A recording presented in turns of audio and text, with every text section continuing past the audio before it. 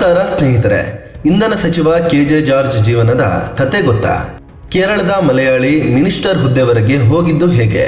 ಇವರು ಓದಿರೋದು ಏನು, ಮಾಡಿರೋ ಆಸ್ತಿ ಎಷ್ಟು, ಜಾರ್ಜ್ ರಾಜಕೀಯ ಅನುಭವ ಏನು, ಬಂಗಾರಪ್ಪ ಸಿದ್ದರಾಮಯ್ಯಗೆ ತುಂಬಾ ಕ್ಲೋಸ್ ಯಾಕೆ, ಎಲ್ಲವನ್ನ ಈ ವಿಡಿಯೋದಲ್ಲಿ ಡೀಟೇಲ್ ಆಗಿ ಹೇಳ್ತೀವಿ.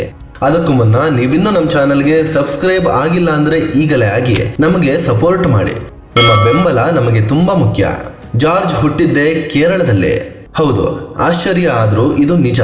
ಕೆಜೆ ಜಾರ್ಜ್ ಅಂದ್ರೆ ಕೇಲಚಂದ್ರ ಜೋಸೆಫ್ ಜಾರ್ಜ್ 1949 ಆಗಸ್ಟ್ 24ರಂದು ಜನಿಸಿದ್ರು. ತಂದೆ ಕೇಲಚಂದ್ರ ಚಾಕೋ ಜೋಸೆಫ್, ತಾಯಿ ಮರಿಯಮ್ಮ ಜೋಸೆಫ್. ತಿರುವಾಂಕೂರು ಸಂಸ್ಥಾನ ಅಂದ್ರೆ ಇಂದಿನ ಕೇರಳದ ಕೊಟ್ಟಾಯಂ ಇವರ ಹುಟ್ಟೂರು. ಕೆಜೆ ಜಾರ್ಜ್ ಕೇರಳದಲ್ಲೇ ತಮ್ಮ ಬಾಲ್ಯವನ್ನ ಕಳೆದ್ರು. ಆದರೆ 1960ರಲ್ಲಿ ಇವರ ಕುಟುಂಬ ಕೇರಳದಿಂದ ಕೊಡಗು ಜಿಲ್ಲೆಯ ಕಡೆಗೆ ಶಿಫ್ಟ್ ಆಯ್ತು. ಸೆಕೆಂಡ್ PUC ವರೆಗೆ ಓದಿದ ಕೆಜೆ ಜಾರ್ಜ್ ಪದವಿ ಕಾಲೇಜಿಗೆ ಸೇರಿದ್ರು, ಕಂಪ್ಲೀಟ್ ಮಾಡಲಿಲ್ಲ. ಹಾಕಿ ಹುಚ್ಚಿನಿಂದ ರಾಜಕೀಯ ಪ್ರವೇಶ.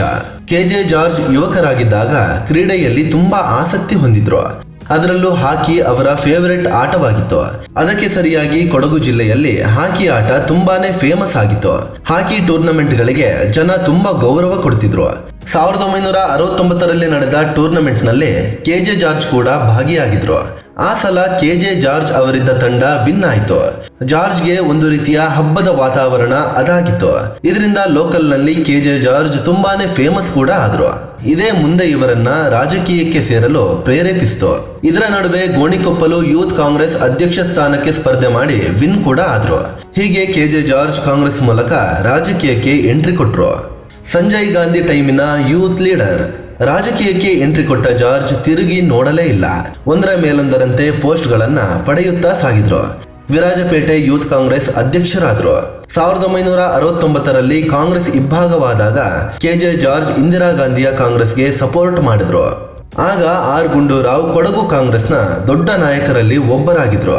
1972ರಿಂದ 1978ರವರೆಗೆ ಆರ್ ಗುಂಡೂರಾವ್ ಸೋಮವಾರಪೇಟೆ ಕ್ಷೇತ್ರದ ಶಾಸಕರಾಗಿದ್ರು. ಈ ವೇಳೆ ಕೆಜೆ ಜಾರ್ಜ್ ಆರ್ ಗುಂಡೂರಾವ್ ಜೊತೆಗೆ ಗುರುತಿಸಿಕೊಂಡಿದ್ರು. ಆಗ ಕಾಂಗ್ರೆಸ್ನಲ್ಲಿ ಸಂಜಯ್ ಗಾಂಧಿ ಯೂತ್ ಲೀಡರ್ ಆಗಿದ್ರು.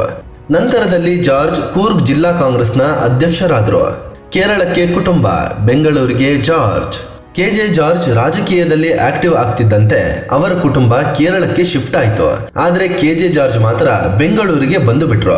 ತಮ್ಮ ಸಹೋದರರ ಜೊತೆ ಸೇರಿಕೊಂಡು 1980ರಲ್ಲಿ ಕೇಲಚಂದ್ರ ಗ್ರೂಪ್ ಅನ್ನೋ ಸಂಸ್ಥೆಯನ್ನ ಹುಟ್ಟು ಹಾಕಿದ್ರು. ಈ ನಡುವೆ 1980ರಲ್ಲಿ CM ಆಗಿದ್ದ ದೇವರಾಜ್ ಅರಸು ಕಾಂಗ್ರೆಸ್ನಿಂದ ಹೊರಗೆ ಹೋದ್ರು. ಆಗ ಸಂಜಯ್ ಗಾಂಧಿ ಬೆಂಬಲದಿಂದ ಆರ್ ಗುಂಡೂರಾವ್ CM ಆದ್ರು. ಅಲ್ಲಿಂದ ಕಾಂಗ್ರೆಸ್ನಲ್ಲಿ ಜಾರ್ಜ್ ಮತ್ತಷ್ಟು ವೇಗವಾಗಿ ಬೆಳೆದ್ರು. 1983ರಲ್ಲಿ ಭಾರತೀನಗರ ವಿಧಾನಸಭೆ ಕ್ಷೇತ್ರದಿಂದ ಸ್ಪರ್ಧೆ ಮಾಡಿ ಸೋಲು ಕಂಡ್ರು. 1985, 1989ರಲ್ಲಿ ಅದೇ ಕ್ಷೇತ್ರದಲ್ಲಿ ಸ್ಪರ್ಧೆ ಮಾಡಿ ವಿನ್ ಆದ್ರು. ವೀರೇಂದ್ರ ಪಾಟೀಲ್ CM ಆಗಿದ್ದಾಗ ಮೊದಲ ಬಾರಿಗೆ ಸಚಿವ ಸ್ಥಾನ ಕೂಡ ಒಲಿದು ಬಂತು. ನಂತರ ಬಂಗಾರಪ್ಪ ಕ್ಯಾಬಿನೆಟ್ ನಲ್ಲೂ ಮಂತ್ರಿಗಿರಿ ಸಿಕ್ತು. CM ಆಗಿದ್ದ ಬಂಗಾರಪ್ಪಗೆ ಕೆಜೆ ಜಾರ್ಜ್ ತುಂಬಾ ಆಪ್ತರಾಗಿದ್ರು. ಎಷ್ಟರ ಮಟ್ಟಿಗೆ ಅಂದ್ರೆ ಬಂಗಾರಪ್ಪರ ಟಾಪ್ 3 ಟ್ರಬಲ್ ಶೂಟರ್ಗಳ ಪೈಕಿ ಕೆಜೆ ಜಾರ್ಜ್ ಕೂಡ ಒಬ್ಬರಾಗಿದ್ರು. ಹಲವು ವಿಚಾರಗಳಲ್ಲಿ ಜಾರ್ಜ್ ಸಲಹೆ ಪಡಿತಿದ್ರು ಬಂಗಾರಪ್ಪ. ನಂತರ ಬಂಗಾರಪ್ಪ ಕಾಂಗ್ರೆಸ್ನಿಂದ ಹೊರ ಹೋಗಿ ಕರ್ನಾಟಕ ಕಾಂಗ್ರೆಸ್ ಸ್ಥಾಪನೆ ಮಾಡಿದಾಗ ಕೆಜೆ ಜಾರ್ಜ್ ಕೂಡ ಅವರ ಜೊತೆಗೆ ಹೋಗಿದ್ರು. ಆದರೆ 1994ರ ವಿಧಾನಸಭೆ ಚುನಾವಣೆಯಲ್ಲಿ ಸೋಲು ಕಂಡ್ರು. ಇದಾದ್ಮೇಲೆ ಕೆಜೆ ಜಾರ್ಜ್ ರಾಜಕೀಯದಿಂದಲೇ ದೂರ ಉಳಿದ್ರು. 2008ರಲ್ಲಿ ಮತ್ತೆ ರಾಜಕೀಯಕ್ಕೆ ವಾಪಸ್. 14 ವರ್ಷಗಳ ಗ್ಯಾಪ್ ಬಳಿಕ 2008ರಲ್ಲಿ ಕೆಜೆ ಜಾರ್ಜ್ ಮತ್ತೆ ಆಕ್ಟಿವ್ ರಾಜಕಾರಣಕ್ಕೆ ಬಂದ್ರು. ಸರ್ವಜ್ಞ ನಗರ ಕ್ಷೇತ್ರದಿಂದ ಸ್ಪರ್ಧೆ ಮಾಡಿ ವಿನ್ ಆದ್ರು. 2013ರಲ್ಲಿ ಮತ್ತೆ ಅದೇ ಕ್ಷೇತ್ರದಲ್ಲಿ ವಿನ್ ಆಗಿ ಸಿದ್ದರಾಮಯ್ಯ ಕ್ಯಾಬಿನೆಟ್ ನಲ್ಲಿ ಸಚಿವರಾದ್ರು. ಬೆಂಗಳೂರು ನಗರಾಭಿವೃದ್ಧಿ ಮತ್ತು ಗೃಹ ಸಚಿವರಾಗಿಯೂ ಕೆಲಸ ಮಾಡಿದ್ರು. ಆದ್ರೆ 2017ರಲ್ಲಿ ಅವರು ಗೃಹ ಸಚಿವರಾಗಿದ್ದಾಗ DYSP MK ಗಣಪತಿ ಪ್ರಕರಣ ನಡೀತು. ಇದರಲ್ಲಿ ಕೆಜೆ ಜಾರ್ಜ್ ವಿರುದ್ಧ ಒತ್ತಡ ಹೇರಿದ ಆರೋಪ ಕೇಳಿ ಬಂತು. ಹೀಗಾಗಿ ಅವರು ಸಚಿವ ಸ್ಥಾನಕ್ಕೆ ರಾಜೀನಾಮೆ ನೀಡಿದ್ರು. 2018ರಲ್ಲಿ ಮತ್ತೆ ಸರ್ವಜ್ಞ ನಗರ ಕ್ಷೇತ್ರದಿಂದ ವಿನ್ ಆದ ಇವರು ಮೈತ್ರಿ ಸರ್ಕಾರದಲ್ಲಿ ಬೃಹತ್ ಮತ್ತು ಮಧ್ಯಮ ಕೈಗಾರಿಕೆಯ ಸಚಿವರಾದ್ರು. 2023ರಲ್ಲಿ ಮತ್ತೆ ಸರ್ವಜ್ಞ ನಗರ ಕ್ಷೇತ್ರದಿಂದ ವಿನ್ ಆಗಿ ಇಂಧನ ಸಚಿವರಾಗಿ ಕೆಲಸ ಮಾಡ್ತಿದ್ದಾರೆ. ಇನ್ನು ರಾಜ್ಯದ ಏಕೈಕ ಕ್ರಿಶ್ಚಿಯನ್ ಶಾಸಕ ಕೂಡ ಇವರೇ ಆಗಿದ್ದಾರೆ. ಸಿದ್ದರಾಮಯ್ಯ ಪರಮಾಪ್ತ ಕೆಜೆ ಜಾರ್ಜ್.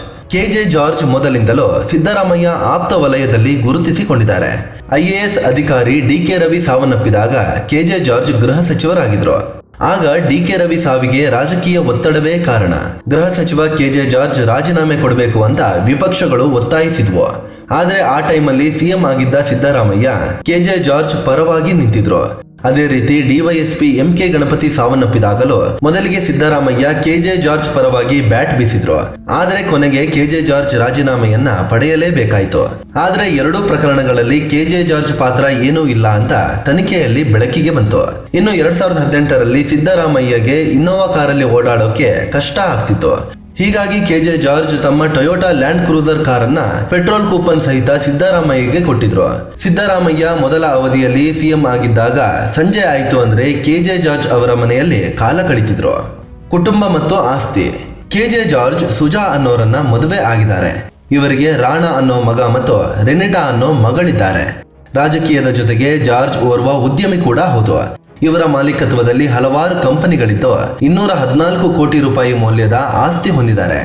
ಇದರಲ್ಲಿ ಇವರ ಪತ್ನಿ ಸುಜಾ ಹೆಸರಲ್ಲಿ 101 ಕೋಟಿ ರೂಪಾಯಿ ಮೌಲ್ಯದ ಆಸ್ತಿ ಇದೆ. ಅದೇ ರೀತಿ ಕುಟುಂಬಕ್ಕೆ 27 ಕೋಟಿ ರೂಪಾಯಿಯಷ್ಟು ಸಾಲ ಕೂಡ ಇದೆ. 2022ನೇ ಸಾಲಿನಲ್ಲಿ ಕೆ.ಜೆ. ಜಾರ್ಜ್ ವಾರ್ಷಿಕ ಆದಾಯ 3 ಕೋಟಿ 94 ಲಕ್ಷ ರೂಪಾಯಿಯಷ್ಟು ಇತ್ತು. ಅದೇ ರೀತಿ ಪತ್ನಿ ಸುಜಾ 2 ಕೋಟಿ 56 ಲಕ್ಷ ರೂಪಾಯಿಯಷ್ಟು ವಾರ್ಷಿಕ ಆದಾಯ ಹೊಂದಿದ್ರು. ಕಾರುಗಳು ಮತ್ತು ಚಿನ್ನ ಇಷ್ಟಿದೆ. ಕೆ.ಜೆ. ಜಾರ್ಜ್ ಬಳಿ 875 ಗ್ರಾಂ ತೂಕದ ಚಿನ್ನಾಭರಣ ಇದೆ. ಪತ್ನಿ ಸುಜಾ ಬಳಿ 1 ಕೆಜಿ 18 ಗ್ರಾಂ ಚಿನ್ನ ಸೇರಿದಂತೆ ವಿವಿಧ ಬಗೆಯ ಚಿನ್ನಾಭರಣಗಳಿವೆ. ಆದ್ರೆ ಇಷ್ಟೆಲ್ಲ ಇದ್ರೂ ತಮ್ಮ ಬಳಿ ಯಾವುದೇ ಕಾರುಗಳಿಲ್ಲ ಅಂತ ದಂಪತಿ ಮಾಹಿತಿ ಕೊಟ್ಟಿದ್ದಾರೆ. ಗಾಂಧಿ ಕುಟುಂಬದ ಜೊತೆ ಲಿಂಕ್. ಕೆ.ಜೆ. ಜಾರ್ಜ್ ತಾವಾಯ್ತು ತಮ್ಮ ಕೆಲಸ ಆಯ್ತು ಅಂತ ಇರುವ ನಾಯಕ. ಇವರು ಯಾವುದೇ ರಾಜಕಾರಣಿ ವಿರುದ್ಧ ಬಾಯಿಗೆ ಬಂದಂತೆ ಮಾತಾಡಲ್ಲ. ಮೀಡಿಯಾ ಗಮನ ಸೆಳೆಯೋಕೆ ವಿವಾದಾತ್ಮಕ ಹೇಳಿಕೆಗಳನ್ನ ಕೊಡೋದಿಲ್ಲ.